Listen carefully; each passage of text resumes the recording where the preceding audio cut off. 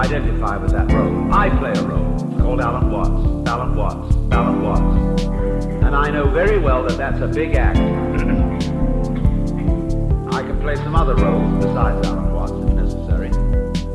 But I find that this one is better to making it live.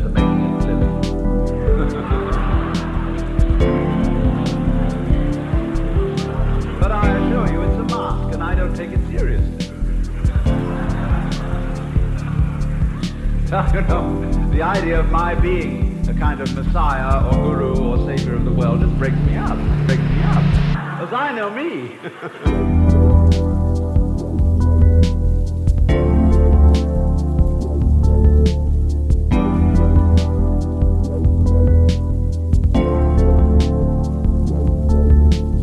And this realization is that experience, which is called in Zen Satori, or in Buddhism, Bodhi, this sudden dawning on our consciousness that life is not really a contest to make yes triumph over no. The two sides go together, and then one sees in this strange way that underlying all that is negative, all that is in a way painful and evil, there is a kind of necessity to it.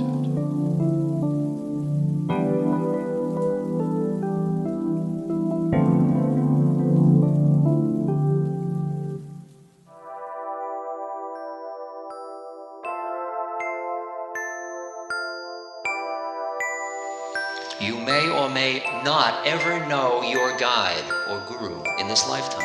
It may not matter. Because you are guided as long as you are asking in purity. And every event of your life is grist for the mill. There is no event that is excluded. It's as if you perceive your whole life as a dialogue with God. And every act can do it for you or can take you deeper into the illusion.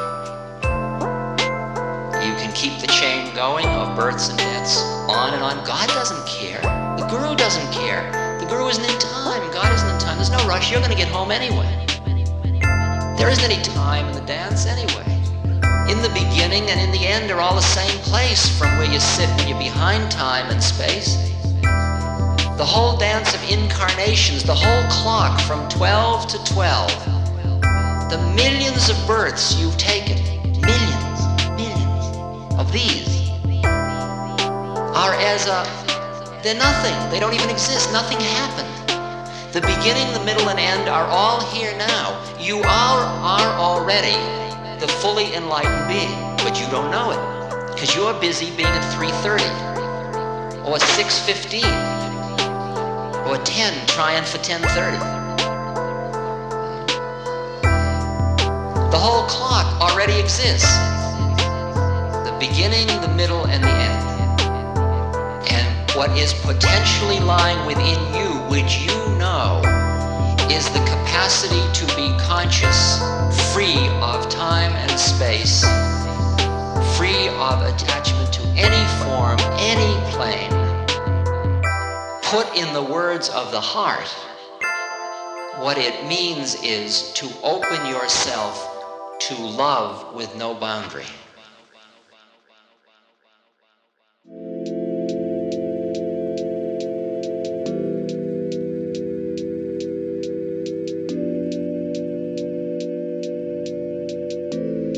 The question that I raise constantly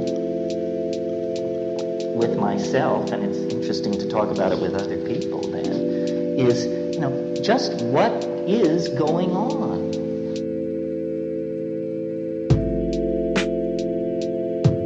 I mean, have you backed off from it? Do you have a grip on the outlines of the problem?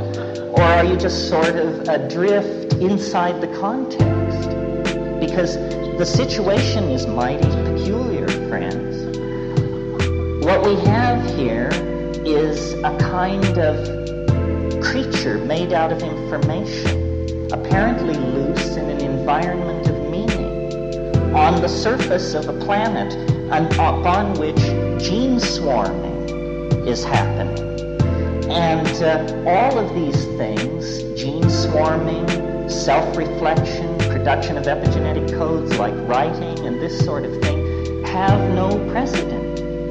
We don't go out and collect other forms of these things. They all are generated out of us.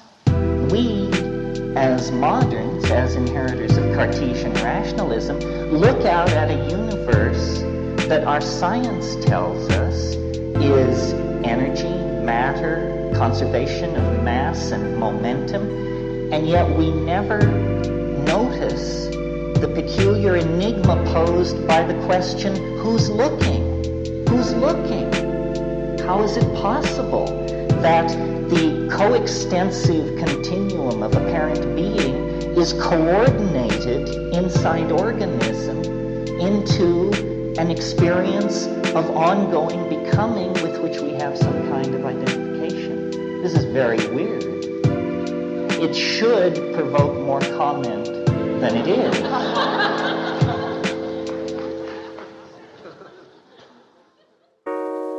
When you observe the world, you see people, you see houses, you see the sky, you see tangible objects. But when you observe yourself within, you see moving images, a world of images, generally known as fantasies. Yet these fantasies are facts. It is a fact that a man has such and such a fantasy. And it is such a tangible fact, for instance, that when a man has a certain fantasy, another man may lose his life. Or a bridge is built. These houses were all fantasies. Everything you do here, all of the houses, everything was fantasy to begin with. And fantasy has a proper reality. That is not to be forgotten. Fantasy is not nothing.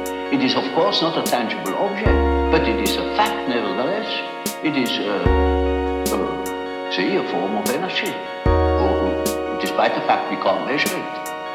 It is a manifestation of something, and that is a reality. That is just a reality as, for instance, the peace treaty of Versailles or something like that.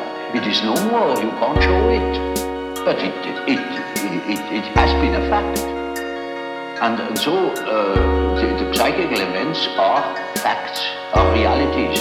And when you observe the stream of images within, you observe an aspect of the world within. And so, you see, the man who is going by the external world, by the influences of the external world, say, society, or perceptions, sense perceptions, thinks that he is more valid, because this is valid, this is real. And the man who goes by the subjective factor is not valid because subjective factor is nothing. No, that man is just as well based, because he is bases himself upon the world from within. And so he is quite right, even if he says, oh, there's nothing but my fantasy.